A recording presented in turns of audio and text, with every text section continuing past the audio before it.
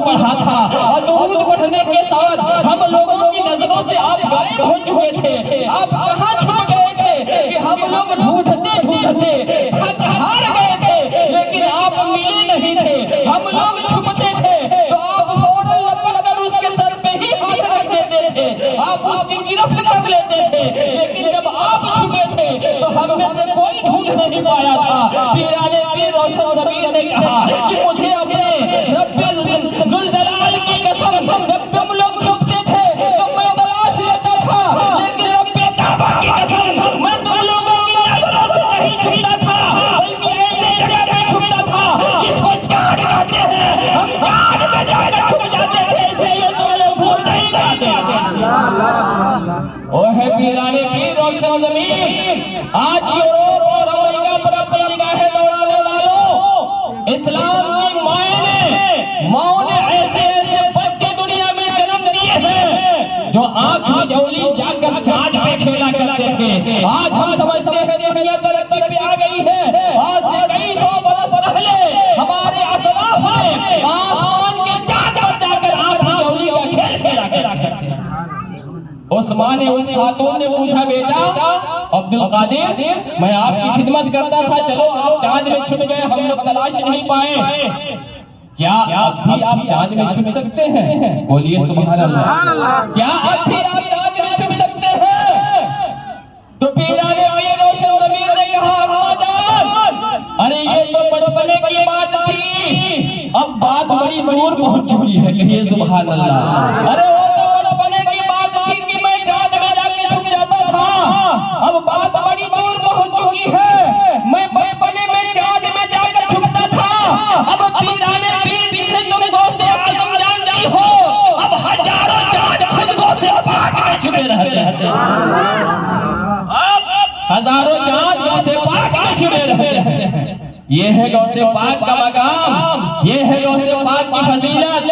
میرے پیرانے پیر روشن ضمیر سیدنا شیخ عبدالقادر جیلانی رضی اللہ تعالیٰ عنہ کا ایک مرتبہ کا واقعہ ہے. آپ خطاب فرما رہے تھے, اس خطاب کے دوران کی بات آپ کے صاحبزادے یعنی آپ کے بیٹے سید عبدالرزاق صاحب نے خود بیان فرمایا ہے کہ میرے ابو جان جب خطاب کرتے تھے, جب تقریر کرتے تھے, تو تقریر کے دوران جو پہلی صف ہوتی تھی, جو پہلی جماعت ہوتی تھی آگے, اس میں عام انسان نہیں بیٹھ سکتا تھا. اس میں عام انسان کو بیٹھنے کی گنجائش نہیں تھی, اس لیے کہ اگر عام انسان اگر گنجائش لگا کر بیٹھ جاتا تو پھر اس کا جنازہ نہیں نکلتا.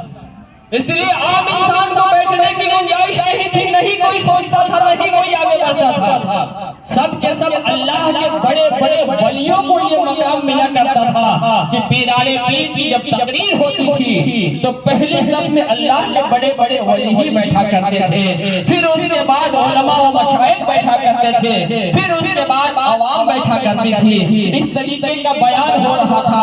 اور پیرانے پیر روشن ضمیر کے جو مرید خاص ہیں, جو خلیفہ خاص ہیں, ان کا نام علی ابن حیتی ہے. آپ جب بیان ہو رہا تھا تو پہلی صف میں بیٹھے ہوئے تھے, مرید خاص ہیں, خلیفہ خاص ہیں, اور پہلی صف میں بیٹھے ہوئے تھے, اور بیان غوث پاک کا چل رہا ہے. کہیے سبحان اللہ.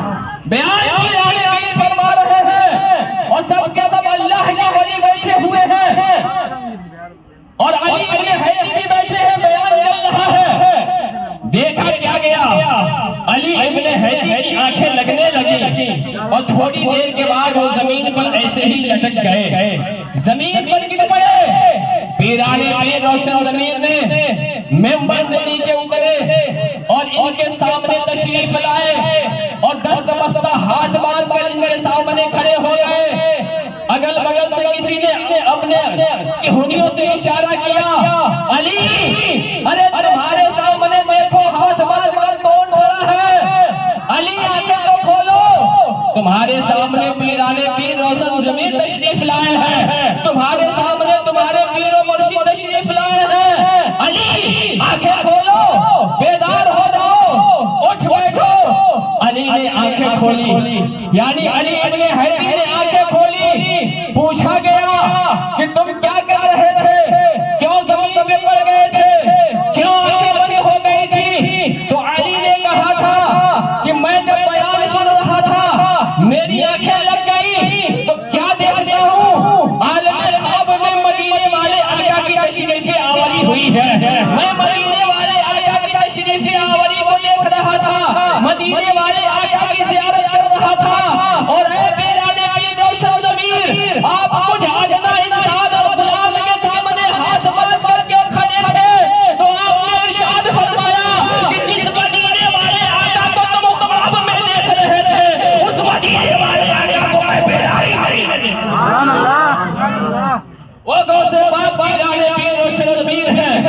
جن کو عام اولیاء عالم خواب میں دیکھیں، اس نبی کو، اس پیغمبر کو پیران پیر روشن ضمیر عالم خواب میں نہیں بلکہ بیداری میں ملے ہیں۔ پیران پیر روشن ضمیر کی بارگاہ میں ایک شخص پہنچا جو اپنے وقت کا ابدال تھا، کسی وقت کسی وجہ سے اس کی ابدالیت ختم ہو چکی تھی، چھن چکی تھی، تو پہنچا اور صرف انہی کی بارگاہ میں نہیں بلکہ بڑے بڑے اللہ کے ولیوں میں پہنچ چکا تھا، لیکن اس کی ابدالیت پھر واپس نہیں آ رہی تھی۔ پریشان تھا کہ کس کی بارگاہ میں جاؤں، کیسے میں پھر اپنے معاہدے پہ فائز ہو جاؤں، کیسے اس مقام پر پھر میں گامزن ہو جاؤں۔ ہوتے ہواتے پیران پیر روشن ضمیر کی بارگاہ میں پہنچا ہے۔ کہا جاتا ہے کسی نے سوال کیا پیران پیر روشن ضمیر سے کہ ولی کامل کی پہچان یہ ہے، ولی کامل اس کو کہتے ہیں جو زمین پر بیٹھے بیٹھے لوح محفوظ کو دیکھ لے، نظارہ کر لے، اس کا نوشتہ پڑھ لے، کیا اسے ولی کامل کہتے ہیں؟ پیران پیر سے وہ تصدیق کرانا چاہ رہا تھا کہ کیا یہ بات سچ ہے کہ جو زمین پہ بیٹھے بیٹھے لوح محفوظ کا نظارہ کر لے، وہاں کے لکھے ہوئے نوشتے کو دیکھ لے، کیا اس کو ولی کامل کہتے ہیں نا؟ پیران پیر روشن ضمیر نے کہا کہ نہیں، وہ ولی کامل نہیں ہو سکتا ہے، وہ ناقص ہے، ادھورا ہے، وہ نامکمل ہے۔ پوچھنے والے نے سوال کیا سرکار آنکھیں بند کر کے دیکھتا ہے، زمین پر بیٹھ کر لوح محفوظ کا نظارہ کرتا ہے اور ولی کامل نہیں ہے، تو پھر ولی کامل کون؟ ولی کامل ہے کون؟ دنیا میں رہ کر زمین میں رہ کر لوح محفوظ کا نظارہ کرے، وہاں کے نوشتے کو پڑھے، ولی کامل نہیں ہے تو ہے کون؟ آپ نے فرمایا سنو، ولی کامل اسے کہتے ہیں جو لوح محفوظ پر لکھے ہوئے پہ، اس تختی پہ جو لکھنے کی صلاحیت رکھتا ہو، مٹانے کی صلاحیت رکھتا ہو، وہ ولی کامل، جو لکھنے کی بھی صلاحیت رکھتا ہو اور مٹانے کی بھی طاقت رکھتا ہو، اسے ولی کامل کہتے ہیں۔ یہ ہے معیار سیدنا شیخ عبد القادر جیلانی رضی اللہ تعالیٰ عنہ کا۔ تو اس مرید، اس شخص نے جو اس کی ابدالیت ختم ہو چکی تھی اور اس کے تعلق سے پوری دنیا میں دورہ کر رہا تھا کہ کہاں سے مل جائے، بتایا گیا کہ بغداد میں بڑے پیر کی بارگاہ میں جاؤ، مل جائے گا۔ پہنچا اور گھسنے لگا، اندر پہنچا، جیسے ہی برابرے میں گیا پیر میں کبھی تاری ہو گئی، لڑکھڑانے لگا پیر کہ کہیں جلال میں نہ آ جائے ورنہ میرا معاملہ خلاص ہو جائے گا، میرا معاملہ ختم ہو جائے گا۔ کانپ رہا ہے، وہیں پہ لرزہ بدنام ہے، یہاں تک کہ کسی شخص نے کہا کہ تم کہاں آئے ہو، کہاں جا رہے ہو؟ یہ پیران پیر روشن ضمیر کی بارگاہ ہے، یہاں ہر آدمی ہر شخص نہیں پہنچ سکتا، کہاں جا رہے ہو؟ اپنے قدم کو پیچھے ہٹاؤ۔ تو وہ شخص کانپ ہی رہا تھا، لرزہ بدنام ہی تھا، ان کے سمجھانے پر اور کبھی تاری ہو گئی، زمین میں گر پڑا اور منہ کے بل گرا، منہ کے بل گرا، منہ پہ مٹی یعنی گرد و غبار لگ گئی۔ کسی نے آ کر بتایا اٹھو اور سیدھے اپنے گھر چلے جاؤ، جانتے ہو کس بارگاہ میں گرے ہو؟ تم ایسے شخص کی بارگاہ میں گرے ہو کہ یہاں کی دھول اور مٹی لگ گئی، تو گویا تمہاری ابدالیت بھی واپس آ گئی اور تم بڑے مقام پر پھر دوبارہ فائز کر دیے گئے، تم واپس اپنے گھر چلے جاؤ۔ وہ ہے پیران پیر روشن ضمیر جن کی ہم یاد میں محفل میلاد منعقد کرتے ہیں۔ اتنا بڑا مقام ان کو ہم لوگ مانتے ہیں، ان کے نام کی نظر و نیاز ہم لوگ کھاتے ہیں، پھر ان کی زندگی کے مقصد پہ بھی ہمیں اور آپ کو غور کرنا چاہیے، ان کے طور طریقے کو بھی اپنے اندر اتارنے کی کوشش کرنی چاہیے۔ صرف نظر و نیاز کھانے سے اور اور صرف ان کا نام لینے سے ہی مسئلہ نہیں بلکہ کچھ اور بھی ڈھونڈیے کہ ان کے اندر کیا کیا تھی. ابھی سچائیوں کا واقعہ سنیں کہ ان کی سچائیوں نے کتنا رنگ لایا کہ کتنے لوگ توبہ کر کے اپنے برے ارادے سے بری نیتوں سے سچا اور پکا مسلمان ہو گئے. وہ پیران پیر روشن ضمیر ہیں جن کا لقب محی الدین ہے یعنی دین کو زندہ کرنے والا. اور یہ لقب اس دور کا نہیں ہے, 100-200 سال پہلے کا نہیں ہے. جب آپ کتابوں کا مطالعہ کریں گے تو پتہ چلے گا کہ آج سے تقریباً 8-9 سال پہلے, ہزاروں سال پہلے کی بات ہے کہ آپ محی الدین ہیں, دین کو زندہ کرنے والے, دین کو زندہ کرنے والے. میں آپ سے پوچھنا چاہتا ہوں, کیا جس وقت میں آپ محی الدین بنے آپ کو لقب ملا, دین کو زندہ کرنے کا ٹائٹل ملا, کیا اس وقت مذہب اسلام دنیا سے ختم ہو چکا تھا؟ کیا عبداللہ, عبد الرحمن, آمنہ خاتون, ہاجرہ خاتون کے نام کے لوگ دنیا میں نہیں تھے؟ کیا اذانیں نہیں ہوتی تھی؟ کیا مسجدیں نہیں تھی؟ کیا مدرسے نہیں تھے؟ کیا خانقاہیں نہیں تھی؟ کیا لوگ نماز و روزے کے لیے مائل نہیں تھے؟ اس وقت بھی مسجدیں تھیں, اس وقت بھی لوگ دین پر چلتے تھے, اذانیں ہوتی تھی, اقامتیں ہوتی تھی, مسلمان کہلانے والے تھے. عبداللہ, عبد الرحمن نام کے تھے, ہاجرہ سیدہ فاطمہ نام کی تھی دنیا میں. لیکن اس وقت میں جب یہ ساری چیزیں تھیں تو آپ کا لقب محی الدین یعنی دین کو زندہ کرنے کا مطلب کیا بنتا ہے؟ تو مطلب یہی بنتا ہے کہ یہ ساری چیزیں تو تھیں لیکن لوگ دھیرے دھیرے گمراہ ہو رہے تھے. ان کے اندر غفلتوں نے اپنا ڈیرا ڈالنا شروع کر دیا تھا.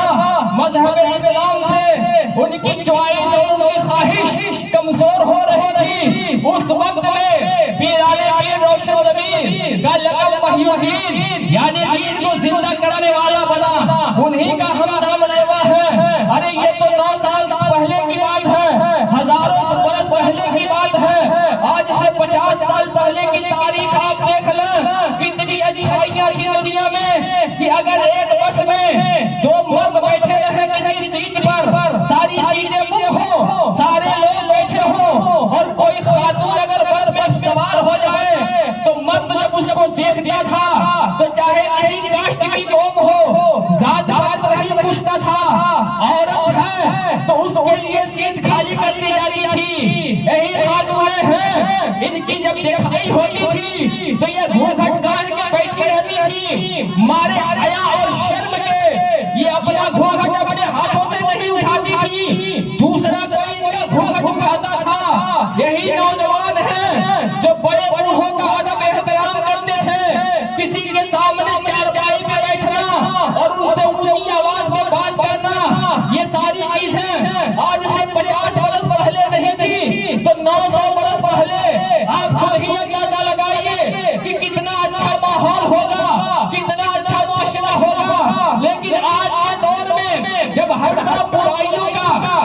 برائیاں ہی برائیاں دکھ رہی ہیں, باپ بیٹے کا ادب نہیں, بیٹا باپ کا ادب نہیں, ایک بیٹی ماں کا ادب نہیں کرتی, سماج اور سوسائٹی میں گندگی پھیلی ہوئی ہے. ہم غوث پاک کے چاہنے والے ہیں, محی الدین دین کا لقب ہے, دین زندہ کرنے والے, ہم انہی کے نام لیوا ہے. یہ ہمارا فرض نہیں بنتا ہے کہ ہم ماں بہنوں کا ادب احترام کریں, ان کے پردے کا خیال رکھیں, ہم خود کو نمازی بن جائیں, گناہوں سے توبہ کر لیں, اپنے عقائد کو درست کر لیں, نمازوں کے پابند بن جائیں, سنتوں پر چلنے والا بن جائیں, بزرگوں کا دیوانہ اور شہدائی بن جائیں, مسجد و مدرسے کا چاہنے والا بن جائیں. کیا یہ ہمارا فرض نہیں بنتا ہے؟ وہ غوث اعظم تھے جو عشاء کی وضو سے 40 برس تک فجر کی نماز ادا کرتے رہے. کیا ہم پر فرض نہیں بنتا ہے ہم عشاء کی وضو سے فجر کی نماز تو نہیں پڑھ سکتے ہیں, لیکن عشاء کو عشاء کے وقت میں اور فجر کو فجر کے وقت میں تو پڑھ سکتے ہیں نا, نماز کو نماز کے وقت میں پڑھ سکتے ہیں. یہ ہمارا اہم فریضہ بنتا ہے, صرف غوث پاک کا نام لینے سے نہیں بلکہ ان کی زندگی کے بارے میں اور بھی آپ دیکھیے اور سوچئے, اور پھر ان کے زندگی کو اپنے اندر اتارنے کی کوشش کیجئے کہ ہمارے بزرگوں نے اتنی دل جمعی کے ساتھ شریعت کی پابندی کیا ہے, اور ایک ہم ہے کہ شریعت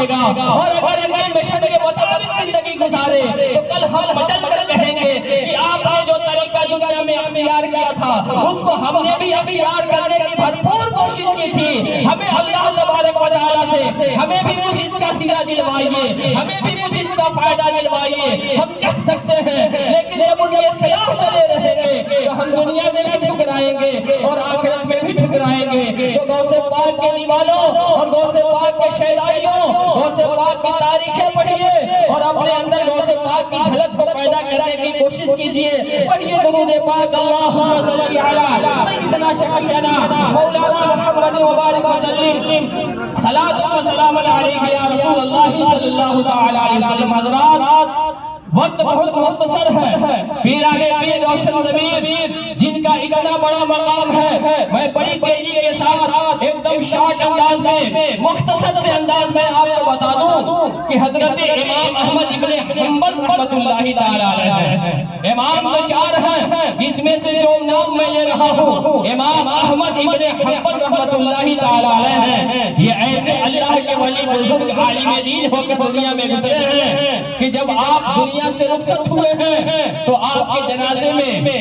ایک دو نہیں 25 لاکھ لوگوں کا مجمع تھا۔ کہیے سبحان اللہ، 25 لاکھ لوگوں کا مجمع تھا، اور اس مجمع کو، اس ہنگامے کو، اس جمع کثیر کو دیکھ کر 20,000 غیروں نے اسلام قبول کر لیا تھا اسی دن۔ اور 230 برس کے بعد سیلاب کی وجہ سے جب آپ کی قبر کھل گئی تو دیکھنے والے دیکھ کر حیران رہ گئے کہ جیسے آج لٹایا گیا ہو ایسے ہی آپ کا جسم مبارک دکھ رہا ہے، آپ کا کفن ایسے ہی سلامت ہے جیسے آج ہی پہنایا گیا۔ وہی امام احمد ابن حنبل رحمۃ اللہ تعالی علیہ جن کا مزار شریف بغداد شریف میں ہے۔ پیران پیر روشن ضمیر کا جب وقت آیا، زمانہ آیا، پیران پیر اپنے مرید خاص، خلیفہ خاص حضرت علی ابن حیدی کے ساتھ میں قبروں کی زیارت کے لیے نکلے۔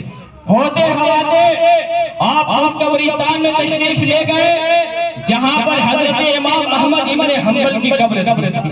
مرید خاص نے جو اپنی آنکھوں سے چشمدید گواہ ہے، آپ فرماتے ہیں کہ جب ہم آپ کے ساتھ میں پیران پیر روشن ضمیر جب امام احمد ابن حنبل کی قبر پہ جب تشریف لے گئے اور جا کر کچھ پڑھنے لگے تو میں نے اپنی آنکھوں سے دیکھا کہ قبر اچانک ایک بیک شق ہوئی تھی، اور امام احمد ابن حنبل اپنی قبر سے نکل کر پیران پیر کو گلے سے لگا لیا تھا، سینے سے چمٹا لیا تھا، اور آواز بھی ادا کیا تھا کہ اے پیران پیر روشن ضمیر، اس وقت میں ہم آپ کے مرتبے کو ہم بھی نہیں پہنچ سکتے، آپ کا مقام بہت ہی اونچا ہے، آپ کا مقام بہت ہی بلند ہے۔ تو پتہ یوں چلتا ہے کہ اللہ تبارک و تعالیٰ نے بہت ہی زیادہ اور بہت ہی بلند مقام پیران پیر روشن ضمیر کو عطا فرما دیا۔ انہیں سید الاولیاء کہا جاتا ہے، یعنی سارے ولیوں کے سردار ہیں۔ یقیناً ان سے محبت رکھنا یہ دنیا کی بھی معراج ہے اور آخرت کی بھی معراج ہے۔ جو ان کی محبت کو اپنے سینے میں بسا کر اپنی زندگی گزار لے گا، انشاءاللہ اس کا فائدہ کل میدان محشر میں اسے ضرور دیکھنے کو ملے گا۔ مولا تبارک و تعالیٰ کی بارگاہ میں دعا ہے کہ اللہ تبارک و تعالیٰ ہماری اور آپ کی اس تھوڑی دیر کی بیٹھک کو اپنے پیارے حبیب کے صدقے میں، اپنے محبوب بندوں کے صدقے میں، اپنے مقبول ولیوں کے صدقے میں قبول و مقبول فرمائے، اور اس محفل میلاد کا صدقہ ہمیں اور آپ کو دنیا سے لے کر آخرت تک عطا فرمائے۔ وآخر دعوانا الحمدللہ رب العالمین۔ السلام علیکم۔